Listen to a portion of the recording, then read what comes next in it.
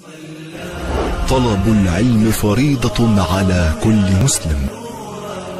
الحمدللہ ولیہ والصلاۃ علی رسولہ. بہت سے لوگ نے جس میں کچھ دینی مزاج کی لڑکیاں بھی ہیں ایک سوال پوچھا ہے، جس سوال کے پیچھے بظاہر ایک اچھا جذبہ، ایک نیک ارادہ ہی ہے کہ وہ لوگ رمضان کے پورے مہینے کو روزہ رکھ سکیں، کوئی دن انہیں چھوڑنا نہ پڑے، جس کے لیے وہ ایک دوائی کا استعمال کرے جس سے وقتی طور حیض کو روکا جا سکتا ہے. تو آیا اس دوائی کا استعمال کرنا شرعاً جائز ہے یا نہیں؟ جس طرح کچھ لوگ حج کے موقع پر کرتے ہیں.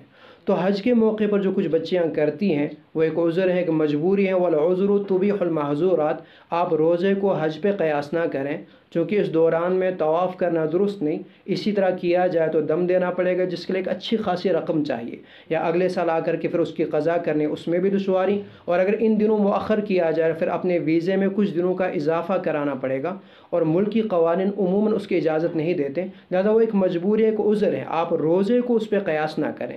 اسی کہ رمضان میں آپ کو رب ہی کی طرف سے، شریعت ہی کی طرف سے ایسا ہے کہ آپ روزہ نہ رکھیں، آپ بعد میں اس کی قضا کر لیں. اب جب شریعت ہی آپ کو کہہ رہی ہے تو پھر خواہ کا یہ جذبہ رکھنا، یہ اس جذبے کی شرعاً کوئی قدر نہیں ہوگی. کچھ لوگ یہ بھی سمجھتے ہیں کہ رمضان میں چونکہ ایک ماحول سا ہوتا ہے روزہ رکھنے کا تو آسانی ہوتی ہے، غیر رمضان میں ماحول نہیں تو شاید قضا کرنے میں دشواری ہو، اس بنا پہ وہ اس مہینے میں اس دوائی کا استعمال کرنا چاہتے ہیں. تو یاد رکھا جائے، رمضان میں جس طرح ماحول کے اعتبار سے آسانی ہے تو غیر رمضان میں دوسرے اعتبار سے آسانی ہے روزہ رکھنے میں، لہذا یہ دونوں برابر ہیں.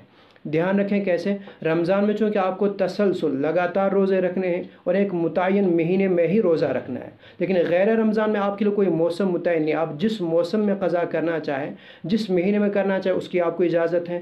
اسی طرح آپ کو غیر رمضان میں تسلسل کے ساتھ قضا کوئی ضروری نہیں، آپ مہینے میں، ہفتے میں، 2 مہینے میں ایک دن کی قضا کرتے جائیں. لہذا اگر یہاں ماحول کی آسانی تو وہاں دیگر چیزوں کی آسانی ہے. اس اعتبار سے یہ دونوں برابر ہیں، اس لیے اس جذبے کا کوئی اعتبار نہیں. آپ خواہ رب کے نظام کے خلاف نہ کریں، بلا ضرورت رب کی حکمت کے خلاف نہ کریں، اپنی فطرت، اپنے نیچر کے خلاف نہ کریں. انسان جب بھی فطرت کے خلاف، قدرت کے خلاف، نیچر کے خلاف کرتا ہے تو وہ چیز نقصان دہ ہی ہوتی ہے. اسی بنا پہ عموماً دیکھا گیا یہ دوائیاں مضر صحت ہیں. بہت سی جگہوں سے اس طرح کی شکایتیں بھی ملی ہیں، اور جو بھی چیز مضر صحت ہوگی وہ چیز شرعاً گناہ ہی ہے، حرام ہی ہے. بھلے اس دوائی کے بارے میں ابھی نہ کہا جا سکتا ہو کہ یہ چیز گناہ ہے یا نہیں، یا میں کم سے کم اتنا نہ کہہ سکوں کہ یہ حرام ہے یا نہیں. اگر واقعتاً یہ مضر صحت ہے تو پھر تو اس دوائی کا استعمال واقعتاً گناہ ہی ہے. لیکن اگر یہ مضر صحت نہیں تو پھر بھی یہ بلا ضرورت استعمال کرنا ہے، خواہ رب کے نظام میں دخل اندازی ہے، اس لیے اس دوائی کا استعمال نہ کیا جائے.